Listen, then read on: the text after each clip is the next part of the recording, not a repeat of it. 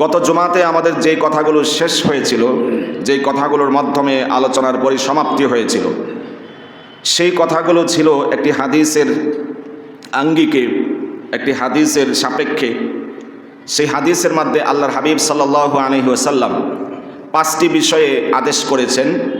এর মধ্যে একটি বিষয় ছিল কুফফু সিবিয়ানাকুম। যখন সন্ধ্যা ঘনিয়ে আসে, সূর্য অস্তমিত হয়, সন্ধ্যা উপনীত হয়, তখন বাচ্চা যারা আছে তাদেরকে ঘর থেকে বের হতে না দেওয়া। কেন? রাসূল বলেছেন যে সন্ধ্যা হওয়ার পরে দুষ্ট জিন্নাতেরা, দুষ্ট শয়তানেরা অলিতে গলিতে, রাস্তাঘাটে, জঙ্গলে সব দিকে ছড়িয়ে ছিটিয়ে যায়। এজন্য বাচ্চাদেরকে ওই সময় ঘর থেকে নিষেধ করেছেন রাসূলুল্লাহ সাল্লাল্লাহু আলাইহি ওয়াসাল্লাম। আমরা শুধু শুনবো না, মানবো ইনশাআল্লাহ। আচ্ছা, 1 নম্বর সবক, বাচ্চাদেরকে সন্ধ্যার পরে ঘর থেকে বের হতে না দেওয়া। 2 নম্বর সবক হচ্ছে রাতের বেলায় ঘুমানোর আগে আগলিক বা বাকা ওয়াজকুর ইসমাল্লাহ। দরজা বন্ধ করে ঘুমাতে হবে না খুলে ঘুমাতে হবে? দরজাটা বন্ধ করে ঘুমাতে হবে। এটাও হাবিব শিক্ষা দিয়েছেন। শুধুমাত্র গতানুগতিক বন্ধ করলেই হবে না, বরং রাসূল বলেছেন ওয়াজকুর ইসমাল্লাহ। যখন দরজাটা লক করো, বন্ধ করো, তখন আল্লাহর নাম নিয়ে তথা বিসমিল্লাহ বলে বন্ধ করিও। সুবহানাল্লাহ। 3 নম্বর আল্লাহর হাবিবের আরও একটি আদেশ, নির্দেশ, আতফিক মিসবাহাকা। ঘরের ভিতরে যে লাইট আছে, সেটা বৈদ্যুতিক লাইট হোক অথবা আগের দিনের যে কুফি বাতি আছে, হাবিজাবি আছে, আলো যা দেয়, রাসূল বলেছেন সেটা বন্ধ করো, অফ করো, তারপরে ঘুমাও। হাদিসের ব্যাখ্যা যদি করি ওই সময় সাপেক্ষে, তাহলে এই সময়ে তো আর কুফি বাতি ধরানোর এই সিস্টেম প্রথা মনে হয় গহীন অঞ্চলে মনে হয় এখন আর নাই। হয়তোবা গোটা বাংলাদেশের সব জায়গাতেই হয়তোবা বিদ্যুৎ চলে গিয়েছে। তো ওই যে ওই সময় চেরাগ প্রদীপ প্রজ্বলিত করা হতো কেরোসিন দিয়ে, তেল দিয়ে বা বিভিন্ন পন্থা অবলম্বন করে আপনার আলোকসজ্জা করা হতো। রাসূল বলেছেন ওই বাতিটা, ওই কুফিটা, ওই প্রদীপটা বন্ধ করো, কারণ রাতের বেলায় বাতি কোন দিকে যায় ঠিক ঠিকানা নাই। এখন যদি এটাকে ব্যাখ্যা করি ওই সময়ের বিবেচনায়, তাহলে যারা কয়েল জ্বালায়, মশার উপদ্রব থেকে বাঁচার জন্য, সেফটির জন্য যারা কয়েল জ্বালায়, এটা জায়গা ও জায়গায় রেখে দেওয়া ঠিক হবে না। রাসূল বলেছেন আতফিহ মিসবাহাকা, বাতিটা ওই কয়েলটা হোক, সেটাও হতে পারে, রাসূল বলেছেন এটা বন্ধ করো। এখন কইবেন যে বন্ধ করলে যে মশা কামড়ায় না, সেফটির অনেক পথ পন্থা উপায়ন্তর বর্তমান সময়ে বের হয়েছে কয়েলটাকে সেভ করার জন্য। শুধু ধোঁয়া বের হবে কিন্তু আগুন বাহিরে যাবে না, এমন সেফটির বর্তমানে ব্যবস্থা আছে না নাই? আর যুগোপযোগী যে একটি ব্যাখ্যা আমরা গত জুমাতে করেছিলাম, লাইট, বৈদ্যুতিক লাইট কেন অফ করে দিতে হবে, এটার আলোচনা আমরা গত জুমাতে করেছি। রাসূল সাল্লাল্লাহু আলাইহি ওয়াসাল্লামের রাত্রিকালীন বিশেষভাবে আরও একটি নির্দেশ ছিল এরকম যে আউকি সিকা আকা, ঘরের ভিতরে যে পান পাত্র আছে, ঝক হতে পারে, অথবা বোতল দিয়ে কেউ পানি খেলে বোতল হতে পারে, অথবা আপনার গ্লাস হতে পারে যেগুলো দিয়ে পানি পান করা হয়, এগুলোর মুখ যদি খোলা থাকে, রাসূল বলেছেন ঘুমাতে যাওয়ার আগে ওই মুখখাগুলো চাপা দিয়ে বন্ধ করে দেব। সুবহানাল্লাহ বলেন। নবীজি আপনার আমার প্রতি কতটা সদয়, কতটা বিনয় তিনি আমাদের জন্য প্রদর্শন করেছেন, কতটা শিক্ষা তিনি আমাদের জন্য রেখে গিয়েছেন। উম্মতের এত বৎসর পরে, 1450 বৎসর পরে তার সেই পান পাত্রের মধ্যে কোনো একটা মশা পড়তে পারে, একটা মাছি পড়তে পারে, পোকামাকড় পড়তে পারে, উম্মত ভোরবেলায় সেই পানি পান করে রোগাক্রান্ত হতে পারে। এই জন্য আপনার আমার মহান মানবতার মহান শিক্ষক মুহাম্মদুর রাসূলুল্লাহ সাল্লাল্লাহু আলাইহি ওয়াসাল্লাম বলে দিয়েছেন আউকি সিকা আকা, রাতের বেলায় ঘুমাতে যাওয়ার আগে পান পাত্রগুলো দেখো খোলা আছে কিনা, থাকলে বন্ধ করে দেও। তো আল্লাহর হাবিব এত দয়া, এত মায়া, এত রহম, এত করুণা, আপনি আমি যেন রোগাক্রান্ত না হয়ে যাই, মশা মাছি পোকা মাকড় যেন পান পাত্রের ভিতরে ঢুকে না যায়, এই জন্য 1450 বছর আগে নবী সতর্কতা বার্তা দিয়েছেন ঘুমাতে যাওয়ার আগে এগুলো বন্ধ করে দিও। ইনশাআল্লাহ আমল করবো ইনশাআল্লাহ। এগুলো একবারে আমলহীন, অর্থাৎ মৃত সুন্নাহ বলা যায়। আর রাসূল বলেছেন উম্মতের এমন জমানায় যখন একটি মৃত সুন্নাহকে কেউ জিন্দা করবে, জীবিত করবে, যেই সুন্নতের উপর আমল বাদ পড়ে গেছে, আমল হচ্ছে না, এমন সুন্নাহ যারা জীবিত করবে, নতুন করে পুনরুজ্জীবিত করবে, আমল শুরু করবে, তাকে আল্লাহ রব্বুল আলামিন 100 গলা কাটা শহীদের সমান মর্যাদা দান করবেন। আওয়াজ করে বলতে হবে সুবহানাল্লাহ। এই জন্য খুঁটিনাটি কথাগুলো বলি যেন প্রথমে আমি আমল করতে পারি, অথবা আমরা সবাই আমল করতে পারি। আল্লাহ তৌফিক দান করুন। রাসূল 5 নম্বরে আদেশ করছেন খাম্মির ইনা আকা। আগে বলছে পান পাত্রের কথা, ডেক পাতিল আছে, আপনি ঢাকনা দিয়ে ঢাকতে ভুলে গিয়েছেন, তরকারির পাতিলটা অন করা আছে, বিড়াল মুখ দিয়েছে, অথবা কোনো পোকা মাকড় তেলাপোকার, আপনি যখন ঘুমাতে যান তেলাপোকার বিচরণ তখন শুরু হয়, কথা বলেন, ওদের বিচরণ তখন শুরু হয়। আল্লাহর হাবিব বলে দিয়েছেন খাম্মির ইনা আকা, দেখো ডেক পাতিলগুলো ওপেন করা আছে কিনা, যদি থাকে সেটা বন্ধ করে দেও। সুবহানাল্লাহ।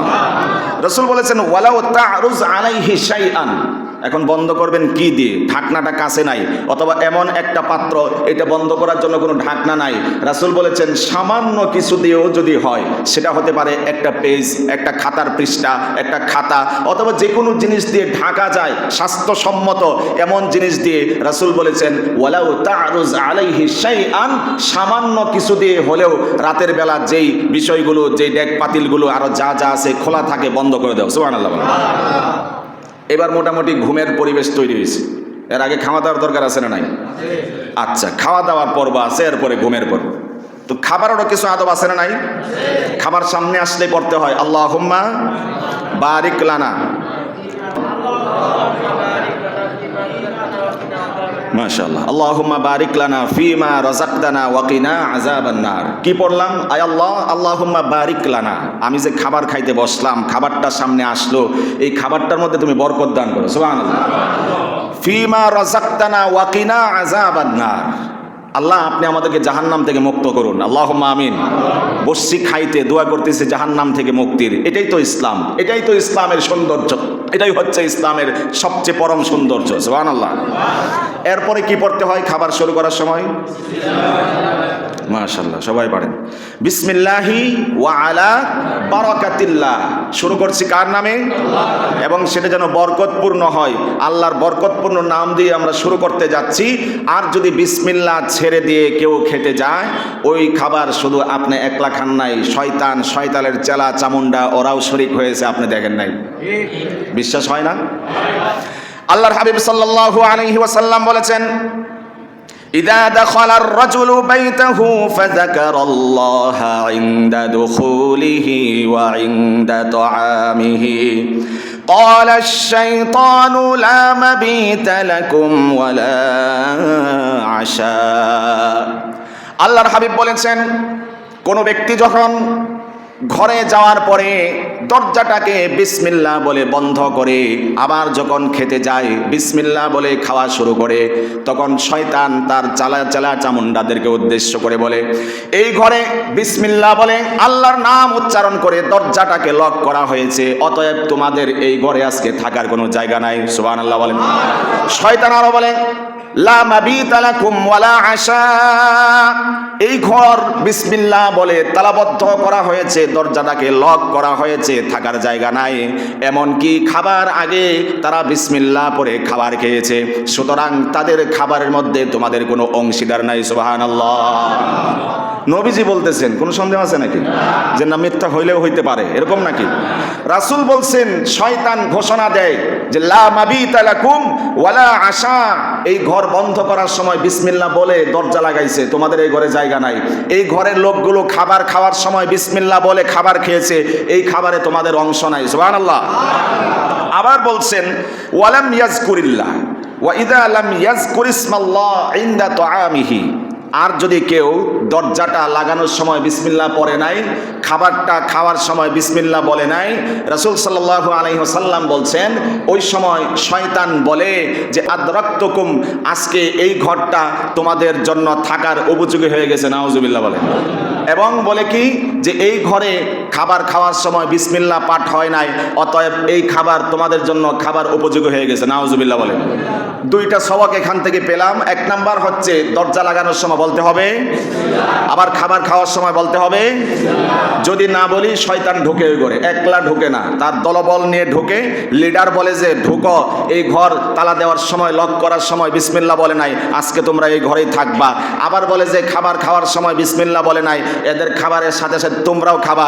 শয়তান যদি আমাদের সাথে খায়, আমরা কি দেখি নাকি? দেখি না, কিন্তু নবীজির কথা অবশ্যই সত্য। শয়তানকে বন্ধ করার জন্য, ঘরে ঢুকতে না দেওয়ার জন্য আমল হচ্ছে, এক নাম্বার বিসমিল্লাহ বলে দরজা বন্ধ করতে হবে, দুই নাম্বার বিসমিল্লাহ বলে খানা খেতে হবে, তাহলে শয়তান ওই ঘরে ঢুকবে না, ওই খাবার খাবে না ইনশাআল্লাহ।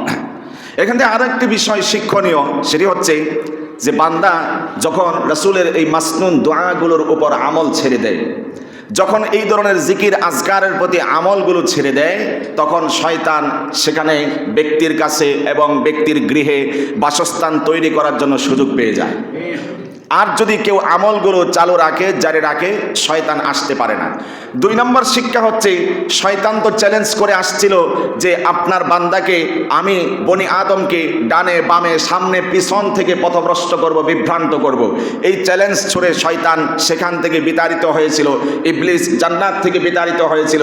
সে বসে নাই 24 ঘন্টার 24টা ঘন্টায় আপনাকে আমাকে বিপদগামী করার জন্য, আপনাকে আমাকে পথভ্রষ্ট করার জন্য সারাক্ষণ সেকেন্ডে সেকেন্ডে মুহূর্তে মুহূর্তে আমাদেরকে মনিটরিং করে বেড়াচ্ছে। এই হাদিস এই সাক্ষী বহন করে, এই হাদিসটা এই বার্তায় বহন করে যে শয়তান দেখে যে বিসমিল্লাহ বইলা ঢুকছে নাকি, বিসমিল্লাহ বইলা দরজা লাগাইছে নাকি, বিসমিল্লাহ বলে খাবার শুরু করছে নাকি। তার মানে শয়তান সারাক্ষণ মনিটরিং করে আপনার আমাদের পিছনে কিভাবে বিপদগামী করা যায়, কিভাবে সঠিক রাস্তা থেকে তাকে লাইনচ্যুত করা যায়, এটার জন্য শয়তান সার্বক্ষণিক মানুষের পিছনে পিছনে ঘুরতে থাকে। আচ্ছা, এরপরে মোটামুটি আমরা খাবার শেষে দোয়া আছে না নাই? বিসমিল্লাহ যদি বলে যায়, কি দোয়া? বিসমিল্লাহি আউয়ালাহু ওয়া আখিরাহু। সবাই পড়ি বিসমিল্লাহি আউয়ালাহু ওয়া আখিরাহু। যদি সবটা মনে নাও রাখতে পারেন, কমপক্ষে বিসমিল্লাহ মনে থাকবে তো। প্রথমে মিস্টেক হয়ে গেছে, পরে স্মরণ আসছে, বিসমিল্লাহ পড়ে নিলেন, তাহলে শয়তান ইনশাল্লাহ থাকবে না। খাবার দাবার শেষ আরো একটা দোয়া আছে, আলহামদুলিল্লাহিল্লাযী আত'আমানা ওয়া সাকানা ওয়া জাআলানা মিনাল মুসলিমিন। খাওয়াইলেন কে?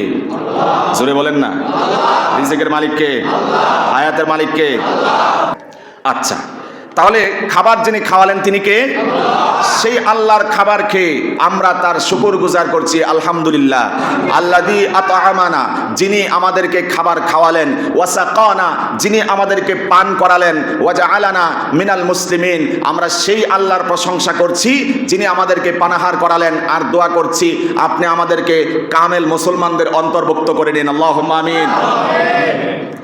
এরপরের কথা হচ্ছে খাবার দাবার শেষ, মাঝে মাঝে তো দাওয়াতও থাকে নাকি? দাওয়াত খাওয়ারও একটা দোয়া আছে, আল্লাহুম্মা আত'ইম মান আত'আমানি ওয়াসকি মান সাকানি।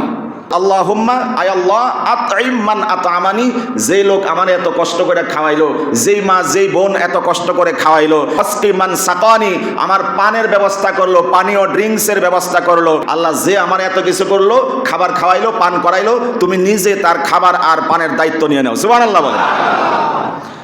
এই জন্য দোয়াটা শিখে নিই, একটু পড়ি, আল্লাহুম্মা আত'ইম মান আত'আমানি ওয়াসকি মান সাকানি।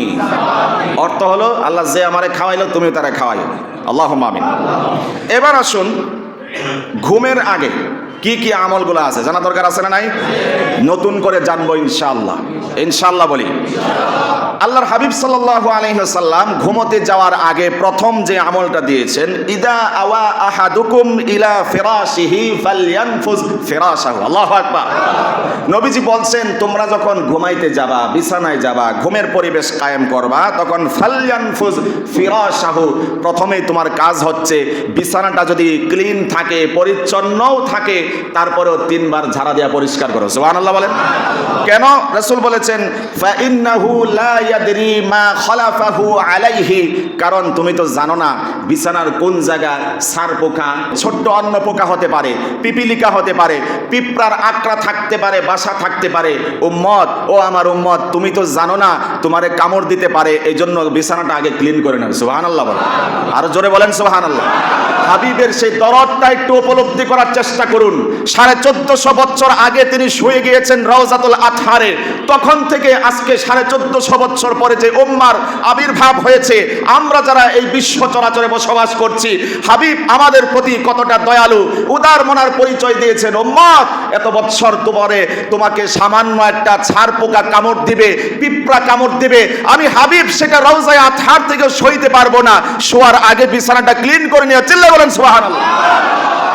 সেই নবীর কলিজায় আমরা আঘাত করতে বিন্দু পরিমাণ দ্বিধাবোধ করি না। কথা বলতে হবে ঠিক কিনা? হাবিবের বাতলে যাওয়া সুন্নাহগুলোকে আমরা আঁকড়ে ধরি না, বরং রাসূলের দৈনন্দিন সুন্নাহর উপরে আমরা নিজেরা দৈনন্দিন, সপ্তাহে, বছরে, মাসে বৃদ্ধাঙ্গুল প্রদর্শন করি। হাবিবের বাতলে যাওয়া সুন্নাহর অনুকরণ করি না। কথা বলতে হবে ঠিক কিনা? অথচ আল্লাহর হাবিব আপনার জন্য, আমার জন্য কতটা উদার, কতটা দয়ালু, কতটা দয়াদ্র ছিলেন। সেই 1450 বছর আগে আপনার আমার জন্য ফিকির করতে তিনি ভুলেন নাই। উম্মত, বিছানাটা ঘুমানোর আগে ঝেড়ে নিও, পরিষ্কার করে নিও। পিপিলিকা কামড় দিতে পারে, পিঁপড়া কামড় দিতে পারে, ছাড় পোকা কামড় দিতে পারে, তোমাকে কামড় দিবে, রাসূলের সেটা সহ্য হবে না, কষ্ট হয়। আল্লাহু আকবার। আল্লাহর হাবিব সাল্লাল্লাহু আলাইহি ওয়াসাল্লাম উম্মতের প্রতি কতটা সদয় ছিলেন, কতটা দয়ালু দয়াদ্র ছিলেন, কতটা করুণার আধার ছিলেন, রহমওয়ালা ছিলেন, ভালোবাসার আধার ছিলেন। শুনুন, শুধুমাত্র আপনার আমার জন্য ফিকির করেছেন এমন নয়, বরং বিশ্ব মানবতার মহান লিডার মুহাম্মদুর রাসূলুল্লাহ সাল্লাল্লাহু আলাইহি ওয়াসাল্লাম উম্মতের বিপক্ষের লোক যারা, বিরোধী দল যারা, উম্মতের বিপরীত পথের লোক যারা, আল্লাহর হাবিবকে কষ্ট নির্যাতন যারা করত, তাদের জন্য আল্লাহর হাবিব চরম পরম পর্যায়ের দয়ালু ছিলেন। চিল্লায় বলেন সুবহানাল্লাহ। এই বিশ্ব চরাচরে এমন একটি সময় গুজার হয়েছে, রাজনৈতিক দ্বন্দ্ব প্রতিহিংসার একটি সময় ছিল। নৈরাজ্য তখন বিরাজ করছিল গোটা আরবের ভিতরে, ভাইয়ে ভাইয়ে দ্বন্দ্ব, হিংসা, বিভেদ, বিবাদ এগুলো বিরাজ করছিল। যেই জগৎটা অন্ধকারে আচ্ছন্ন ছিল, যেই সময়ের মানুষগুলো, মানুষের অন্তরাত্মাগুলো কলুষিত ছিল, অন্ধকারাচ্ছন্ন ছিল, ঠিক ওই মুহূর্তে এই বিশ্ব চরাচরে আলোর কবর্তিকা দিয়ে একজন লিডার প্রেরণ করলেন। তার নাম হচ্ছেন মুহাম্মাদুর রাসূলুল্লাহ সাল্লাল্লাহু আলাইহি ওয়াসাল্লাম। আল্লাহ রাব্বুল আলামিন ইরশাদ করলেন, ইন্না আরসালনাকা শাহিদান ওয়া মুবাশশিরান ওয়া নাযীরা ওয়া দা'iয়ান ইলাল্লাহি বিইذনিহি ওয়া সিরাজাম মুনীরা। আল্লাহু আকবার। আল্লাহর হাবিবকে উদ্দেশ্য করে আল্লাহ রাব্বুল আলামিন বললেন, ইয়া রাসূলুল্লাহ, ইয়া হাবিবাল্লাহ, এই বিশ্ব পরিমণ্ডলে আমি আপনাকে, আমি আল্লাহ রাব্বুল আলামিন আলোকবর্তিকা দিয়ে প্রেরণ করেছি। সুবহানাল্লাহ বলেন। শুধুমাত্র আপনার সাথে আলোকবর্তিকা নামের কোরআন এই মশাল দিয়েছি এমন নয়, বরং গোটা উম্মতের জন্য আমি আল্লাহ রাব্বুল আলামিন আপনাকে সুসংবাদ রূপে প্রেরণদাতা করেছি। সুবহানাল্লাহ। এই গোটা উম্মাহের জন্য আল্লাহর হাবিবকে আল্লাহ রাব্বুল আলামিন সুসংবাদদাতা হিসেবে প্রেরণ করেছেন। সুবহানাল্লাহ বলেন। আল্লাহর হাবিব নৈরাজ্যের মুহূর্তে, অবিচার, জুলুম, নির্যাতন, নিপীড়ন যখন বেড়েই চলছিল, দ্বন্দ্ব বেড়েই চলছিল, গোত্রে গোত্রে হানাহানি বিদ্বেষ যখন বেড়েই চলছিল, 500 বছরের বেশি যখন এমন একটি নবীহীন সম্প্রদায় এই জগতে বসবাস করছিল, এমন কোনো অনৈতিকতা নাই যার চর্চা ছিল না, এমন মুহূর্তে আল্লাহর হাবিব সাল্লাল্লাহু আলাইহি ওয়াসাল্লামকে আল্লাহ রাব্বুল আলামিন পৃথিবীতে প্রেরণ করলেন। আল্লাহ রাব্বুল আলামিন হাবিবকে এই বিশ্ব চরাচরে প্রেরণ করার পরে আল্লাহর হাবিব সাল্লাল্লাহু আলাইহি ওয়াসাল্লাম ছোট্টবেলা থেকেই, বালক বয়স থেকে দেখে আসছিলেন এই নৈরাজ্যের জগৎ, এই হিংসা, প্রতিহিংসা, দ্বন্দ্ব, হানাহানি, বিদ্বেষ, বিবাদগুলো তিনি পর্যবেক্ষণ করছিলেন। যখন তিনি আর সইতে পারলেন না, 17 বছর বয়সেই হেলফুল ফুজুল কায়েম করলেন। 17 বছর বয়সেই এই অসুস্থ সমাজ, নোংরা সমাজকে পরিবর্তন করার জন্য আল্লাহর হাবিব সাল্লাল্লাহু আলাইহি ওয়াসাল্লাম উদ্যোগ গ্রহণ করলেন। এমন এক সংগঠন হেলফুল ফুজুল তিনি গঠন করলেন, যার আলোয় আলোকিত হয়ে মক্কার যত রকমের অন্ধকার ছিল ধীরে ধীরে সেগুলো দূরীভূত হতে আরম্ভ করলো। চিল্লায় বলেন সুবহানাল্লাহ। নবীজি বাল্য বয়স শেষ করলেন, যৌবনে পদার্পণ করলেন। তার আমানতদারিতা, তার ইনসাফ, তার সততা গোটা আরবের মধ্যে, গোটা মক্কা মদিনার মধ্যে ছড়িয়ে ছিটিয়ে গেল। এবার মক্কার কাফের মুশরিকরা আল্লাহর হাবিব সাল্লাল্লাহু আলাইহি ওয়াসাল্লামকে নতুন টাইটেল দিল। তারা আল্লাহর হাবিবের আমানতদারিতা, বিশ্বস্ততার প্রতি ইতমিনান করে নবীকে স্বীকৃতি দিল। এটি যেমন তেমন মানুষ নয়, তারা তাকে স্বীকৃতি দিল আস-সাদিক, তারা তাকে সত্যবাদী বলে স্বীকৃতি দিল, তারা তাকে স্বীকৃতি দিল আল আমিন, বিশ্বস্ত ব্যক্তি। এই স্বীকৃতি মক্কার কাফের মুশরিকরা দিয়েছিল। দিয়েছিল। আপনার আমার নবী কতটা বিশ্বস্ত ছিলেন, কতটা আমানতদার ছিলেন, কতটা ন্যায়পরায়ণ ছিলেন, কতটা তিনি আল আমিন আর as-সাদিক ছিলেন। শুনুন, আল্লাহর হাবিব এতটাই জনপ্রিয়তার শীর্ষে উঠে গিয়েছিলেন, মক্কার প্রতিপক্ষ যারা ছিল, আবু জাহেলের দলের লোক যারা ছিল এবং প্রতিপক্ষ যারা ছিল, কাফের মুশরিক যারা ছিল, তারাও আল্লাহর হাবিবের কাছে নিজেদের মাল সামানা টাকা পয়সাগুলো আমানত রাখতো। চিল্লায় বলেন সুবহানাল্লাহ। সময়ের গণ্ডি যখন ধীরে ধীরে সামনের দিকে অগ্রসর হতে আরম্ভ করলো, এবার আল্লাহর হাবিবকে 40 বছর বয়সে আল্লাহ প্রদত্ত নবুয়ত দান করা হলো। এবার যারা আল আমিন স্বীকৃতি দিয়েছিল, as-সাদিক বলে যারা স্বীকৃতি দিয়েছিল, তারাই এখন আল্লাহর হাবিবের বিরুদ্ধ পার্টি হয়ে গেল। বিশ্ব মানবতার মহান লিডার মুহাম্মদুর রাসূলুল্লাহ সাল্লাল্লাহু আলাইহি ওয়াসাল্লাম দিন প্রচারের মশাল নিয়ে, মিশন নিয়ে সামনের দিকে অগ্রসর হচ্ছেন। হাজারো বাধা বিপত্তি প্রতিবন্ধকতাকে উপেক্ষা করে তিনি ইসলামের প্রচার নিয়ে সামনের দিকে অগ্রসর হচ্ছেন। হাজারো বাধা বিপত্তি উপেক্ষা করে সামনের দিকে দিন কায়েমের চেতনা নিয়ে, দিন কায়েমের চেতনায় উজ্জীবিত হয়ে সামনের দিকে কোরআনের মশাল নিয়ে তিনি ছুটে চলছেন। এবার চলে গেল আবু তালেব, চলে গেল সহধর্মিনী খাদিজাতুল কুবরা রাদিয়াল্লাহু তাআলা আনহা। আল্লাহর হাবিব সাল্লাল্লাহু আলাইহি ওয়াসাল্লামের উপরে এবার জুলুম নির্যাতনের নিপীড়ন আর জুলুম নির্যাতনের স্টিম রোলার তাদের উপরে পরিচালনা করা হলো, নবীর উপরে পরিচালনা করা হলো, সাহাবীদের উপরে পরিচালনা করা হলো। এক এক করে সাহাবীদেরকে তিনি হিজরত করার আদেশ দিয়েছেন। আবিসিনিয়ার দিকে হিজরত তারা করলেন।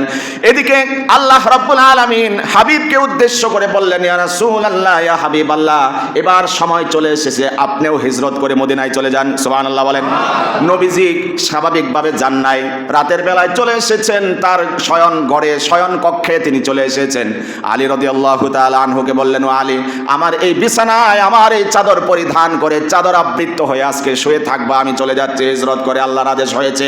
শুধুমাত্র তিনি গোপনে গোপনে চলে যান নাই, বরং ওই যে যারা তাকে বাল্যকাল থেকে আল আমিন আর as-সাদিক বলে স্বীকৃতি দিয়ে আসছিল, আমানতের মালগুলো গচ্ছিত রেখে আসছিল, টাকা পয়সাগুলো নবীর কাছে রেখে আসছিল। নবীজি দুনিয়ার কোনো চোর ডাকাতের মতো নয়, রাতের অন্ধকারে লোকালয় ছেড়ে দিয়ে মানুষের আড়াল হয়ে চুরি করে লুকিয়ে লুকিয়ে দেশ ছেড়ে পলায়ন করবে।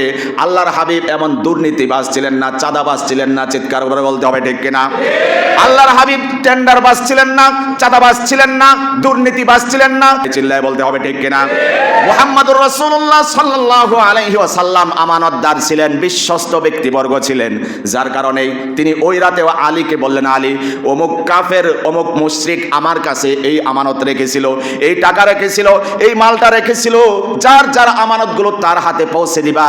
আল্লাহর হাবিব কতটা উদার ছিলেন বিরোধী দলের প্রতিও, আবু জাহেলের দলের প্রতিও আল্লাহর হাবিব সাল্লাল্লাহু আলাইহি ওয়াসাল্লাম কতটা উদার ছিলেন সেটাই বোঝানোর চেষ্টা করছি।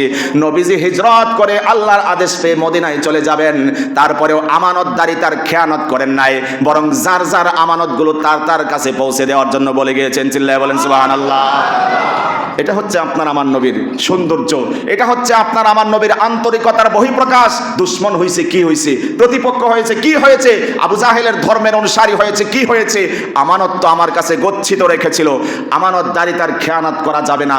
দুশ্মন যারা নবীকে হত্যা করার জন্য রাস্তা দিয়ে ওঁত পেতে আছে, ঘর থেকে বের হবে, নবীকে হত্যা করবে, এই মনোভাব নিয়ে যারা ওঁত পেতে আছে, আল্লাহর হাবিব তাদের ব্যাপারে কোনো বাজে সিদ্ধান্ত না নিয়ে বরং ওসিয়ত করলেন, এই আমানতটা তার কাছে, এই আমানতটা তার কাছে পৌঁছে দিবা। সুবহানাল্লাহ বলেন। তো সেই হাবিব আপনাকে আমাকে একটা পিঁপড়া কামড় দিবে, একটা ছারপোকা ঘুমের সময় কামড় দিবে, একটা মশা কামড় দিবে, নবীজি রওজায়ে আতহারে থেকে সেটা সইতে পারেন না, কষ্টটা তিনি সইতে পারেন না, উম্মতের ব্যথাটা তিনি সহ্য করতে পারেন না। আল্লাহর হাবিব এখনো আপনার জন্য আমার জন্যই তো ইয়া উম্মতি, ইয়া উম্মতি বলে কান্না করেন। যেদিন হাসরের ময়দানে বিভীষিকাময় মুহূর্ত বিরাজ করবে, সমস্ত পয়গম্বররাও ইয়া নাফসি, ইয়া নাফসি বলে যৌথ কণ্ঠে আওয়াজ করবে, কোনো উম্মাহ তাদের কাছে গিয়ে আশ্রয় প্রশ্রয় পাবে না, সবাই তাড়িয়ে দেবে, সর্বশেষ এই হাবিবের কাছেই পাঠানো হবে। সেই হাবিব সেদিনও আপনার আমার দরদে ব্যথায় ব্যথিত হয়ে রব্বি হাবলি উম্মতি, রব্বি হাবলি উম্মতি সিজদায় পড়ে আল্লাহকে বলবেন, আল্লাহ আমার উম্মতকে মাফ করে দাও। সুবহানাল্লাহ। সেই হাবিবের সুন্নাহগুলোকে আমরা মার্ক করে করে নিজের ব্যক্তি জীবনে, পারিবারিক জীবনে, সামাজিক জীবনে, রাষ্ট্রীয় জীবনে বাস্তবায়ন করার জন্য চিন্তা ফিকির করব ইনশাআল্লাহ। ইনশাআল্লাহ। আল্লাহ তৌফিক দান করুন। আল্লাহুম্মা আমিন। এবার বিছনা যারা শেষ, এই আমলটা করবেন ইনশাল্লাহ। সব যদি নাও পারেন এটা ইনশাল্লাহ করবেন। কথা দেন আপনারা? আওয়াজে মনে হয় করবেন না। যদি নাও পারেন, বিছনা তো পরিষ্কারই, আর এটা তো মনে করেন বেড়া মানুষের কাম না, নাকি? এটা মনে করেন আপনারা এটা বেড়া মানুষের কাম না, এটা বেড়ি মানুষ যারা আছে ঘরের ভিতরে হেরা পরিষ্কার করবে, এটা আমার কাম না। হ্যাঁ, কি দিয়ে পরিষ্কার করতেন? এখন তো আপনারা ঝাড়ু বাইর করছেন, প্লাস্টিকের, শলার, কত রকমের ঝাড়ু। না, রাসূলের সুন্নাহ হচ্ছে বিতাকিলাতি ইজারিহি, লুঙ্গির যে সামনের অংশ, তার মানে বিছনা পরিষ্কার করা হক কার? পুরুষের। স্বামী বললে সবার ঘরে তো আর স্বামী নাই। হ্যাঁ, বিছনা পরিষ্কার করা অধিকার হক কার? আওয়াজ কমে গেছে, আওয়াজ করে বলেন। পুরুষের। এরা বিয়ে করে নাই যারা চিল্লান দিস। দেখেন, আপনি দেখেন, বাস্তব নিরীক্ষণ করে দেখেন, এর লাগে জোরে আওয়াজ দিস। পুরুষ মানুষ যারা, হাদিসের ভাষ্য মোতাবেক এটি প্রমাণ হয়, বিদাখিলাতি ইজারিহি, লুঙ্গির সামনের যে অংশ আছে, নবীজি এটা দিয়ে এইভাবে নেড়ে নেড়ে বিছনা ঝাড়তেন। আল্লাহু আকবার। তাহলে আদব হচ্ছে কাপড় দিয়ে বা এই জাতীয় কিছু দিয়ে, কাপড় জাতীয় কিছু দিয়ে বিছনা ক্লিন করা। যদি পরিষ্কার থাকেও, পরিষ্কার আছে মনে করেন, এখন কি করবেন? কমপক্ষে 3 বার, সালাসা মাররাত এরকম হাদিসে শব্দ এসেছে, 3 বার কমপক্ষে একটু নাড়াচাড়া দিয়ে দেন। পরিষ্কার থাকুক, একটু বালিশটা উঠাবেন, সাপ সুপ থাকতে পারে। কথা বলেন? এক একটা সিজন আসে, ওই সময় পিঁপড়া বিশাল আকারে লাইন ধরে বাড়ি বানায় ফেলা বিছনার তলে, আছে না নাই? সার পোকা থাকতে পারে, একটু নাড়াচাড়া দেন। শীতের মৌসুম চলছে, লেফটা সকালেও যেমনি ছিল এখনো এইভাবেই আছে, কম্বলটা সকালে যেভাবে ছিল রাত্রে যেভাবে ছিল এখনো সেভাবেই আছে। ভিতরে যদি একটা সাপ জানালা দিয়ে এসে লুকায় থাকে, এই জন্য রাসূলের এই সুন্নাহ কতটা বাস্তবসম্মত এবং স্বাস্থ্যসম্মত চিন্তা করুন। আমরা নেড়ে চেড়ে সব কিছু দেখবো, বিছানা গোছাবো, তারপরে বিছনায় শুইতে যাবো ইনশাআল্লাহ। এরপরের কাজ কি? বিছনা তো জারাজারি শেষ, এখন কি করবেন? মশারি টানাইবেন না? মশারি টানানো একটা সুন্নত হতে পারে, কারণ যে হাবিব বলেন দরজা লাগানোর সময় বিসমিল্লাহ বলে বন্ধ করো, কেন? শয়তান ঢুকতে পারে। তো বিসমিল্লাহ বলে আপনি মশারিটাও টানাতে যান, এটা আপনার সেফটি, আপনার প্রোটেক্টর, এটা আপনাকে মশা থেকে প্রোটেকশন দিবে। আজ থেকে নিয়ত করুন, বিসমিল্লাহ বলে আমি মশা টানালাম শুধুমাত্র মশার থেকে আত্মরক্ষার জন্য না, বরং এটা মশারি না, জিনারি, অর্থাৎ জিন থেকেও নিরাপদ রাখবে। যদি বিসমিল্লাহ বলে মশারিটা আমি টানাই, ইনশাআল্লাহ জিন থেকেও যিনি মুক্তি দান করবেন তিনি কে? বিসমিল্লাহ বলার ফজিলত আছে না নাই? এটা ওখান থেকে বাড়ি করলাম আর কি, যে বিসমিল্লাহ বলে আপনার দরজা অফ করতে হাবিব বলেছেন, কারণ বিসমিল্লাহ বলে দরজা বন্ধ করলে জিন ঢুকতে পারে না। যদি আগের থেকে ঢুকে বয়ে থাকে তখন কি করবেন? গ্যাস চোর, শেষরা চোর, এমন কিছু আছে, টিনের ছাদে ওইটা বসে থাকে সন্ধ্যা রাত্রে, সবাই ঘুমাতে যায় 2টা-3টার সময়, পরে 3 কাইটা ভিতরে হান দেয়। কথা বলেন আছে না নাই? তো এরকম শেষরা চোর আছে, আগের থেকে ওইটা বসে থাকে, পরে সুযোগ মতো চুরি করে। এই জন্য অ্যালার্ট থাকা প্রত্যেক দিন কমপক্ষে, এটা আমার বাবার থেকে শিখছি আমি, জীবনভর দেখছি বিভিন্ন সূরা মাসাইল রাত্রে 1টা-2টায় যাই বাজুক, আপনি সব আমল করে সূরা ইয়াসিন, কোরআন তেলাওয়াত এগুলো করে তারপরে আব্বা ঘুমাতে যায় আলহামদুলিল্লাহ। এবং আব্বাকে সবসময় দেখছি খাটের নিচে, আর ওই যে ধান থই যে একটা খাটের মতো, ওই চকির মতো, এটার কি বলেন আপনারা? হ্যাঁ, বুঝি না, আমাদের দেশে উগার যাই একটা হইলে হয়েছে, মানে ওইটা যেটার উপরে রাখে চকির মতো, এই সব কিছু লাইট মাইরা মাইরা চেক করে, কারণ আগ থেকে যদি চোর বসে থাকে এসে। এই জন্য এই আমলগুলো করবো ইনশাআল্লাহ। আল্লাহ তৌফিক দান করুন। আচ্ছা, তো মশারি টানাবো বিসমিল্লাহ বলে, কেন? আজকের থেকে শুধু মশা থেকে রেহাই পাওয়ার জন্য নয়, বরং জিন থেকেও যেন রেহাই পেতে পারি বিসমিল্লাহ বলে। আরো অন্যান্য আমলগুলো, মাসনুন আমলগুলো আছে, এগুলো আগামী জুমাতে ইনশাআল্লাহ বলবো যদি হায়াত আর রিজিক থাকে। তো এরপরে এই আমলগুলো পরে আমরা 4-5 দিয়ে মশারিকে ব্যারিকেড দিয়ে ফু দিয়ে দিব, জিনের বাপ 14 গোষ্ঠী কেউ এটার ভিতরে ঢুকতে পারবো না ইনশাআল্লাহ। কারণ জিন যত শক্তি ধরেই হোক, গত জমাতে আমরা প্রমাণ করেছি মানুষের চেয়ে বেশি শক্তিশালী না। ও মানুষের শরীরে আশ্রয় নিতে পারে বটেই, কিন্তু কোরআনের শক্তির কাছে তার কোনো পাওয়ার চলে না। আচ্ছা, তো মশারি টানানোর এই আমলটা আমরা বিসমিল্লাহ পরে টানাবো ইনশাআল্লাহ। এরপরে আছে আরো কিছু আমল আছে, দোয়া পড়তে হয়। কি দোয়াটা জানো? এই কয়জনই পারেন খালি? সবাই পড়ি, আল্লাহুম্মা বিসমিকা আমুতু ওয়া আহইয়া। আবার দোয়া পড়ে এখনই ঘুমা যায় না, এই দোয়াটা পড়তে হয়। না পারলে আমরা ওই যে বাচ্চা মক্তবে যারা আসে, ছোট বাচ্চা মাদ্রাসা যারা পড়ে বা আলেম ওলামা যারা আছে, তাদের থেকে শিখে নিব ইনশাআল্লাহ। আর একটা মাসনুন তরিকা হচ্ছে শুইব কোন কাত হয়ে, সবাই বলি যার যেটা ডান কাত। এখন আপনি জোর করে পশ্চিম দিকে ফিরে মুখ ঘুরায় ঘুমাইতে হবে এরকম না, যে আমার বাম কাতে পশ্চিম দিকে আমি হেদিক ফিরে ঘুমাই না।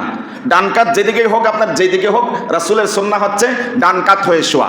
এরপরে আরেকটা সুন্নত আছে, এই ডান হাতটা ডান গালের উপরে থাকবে। কমপক্ষে আজকে আমল করবেন ইনশাআল্লাহ, কথা দেন আমারে, কারণ আজকে অনেকে চুপ করে রয়েছে। আমল করবো ইনশাল্লাহ। এটা কেন দাবি করলাম? আপনি যদি আমল করেন, আমি ঘুমানোর সময় আমারও বিবেক নাড়া দিবে, মানুষটা আমি লেকচার দিছি, নিজের আমল নাই। এই লজ্জাটা যখন আমার ভিতরে কাজ করবে, তখন অটোমেটিকলি আমিও আমল করতে বাধ্য। আবার আপনারা যারা যারা আমল করবেন, ঘরে আমল করতে বাধ্য করবেন, সবার যত সওয়াব আমি ডান কাত হয়ে শুয়ে শুয়ে ইনশাল্লাহ আল্লাহর পক্ষ থেকে সেই সওয়াব পেতে থাকবো, সুবহানাল্লাহ। এই জন্য বাধ্য করলাম যে কমপক্ষে আজকের দিন হইলেও আমল করবো ইনশাল্লাহ। এক সপ্তাহ করেন, দেখবেন যে প্র্যাকটিস হয়ে যাবে, চর্চা হয়ে যাবে। এই পর্যন্তই আজকে আলোচনা শেষ করলাম। আখিরু দাওয়ানা আলহামদুলিল্লাহি রাব্বিল আলামিন।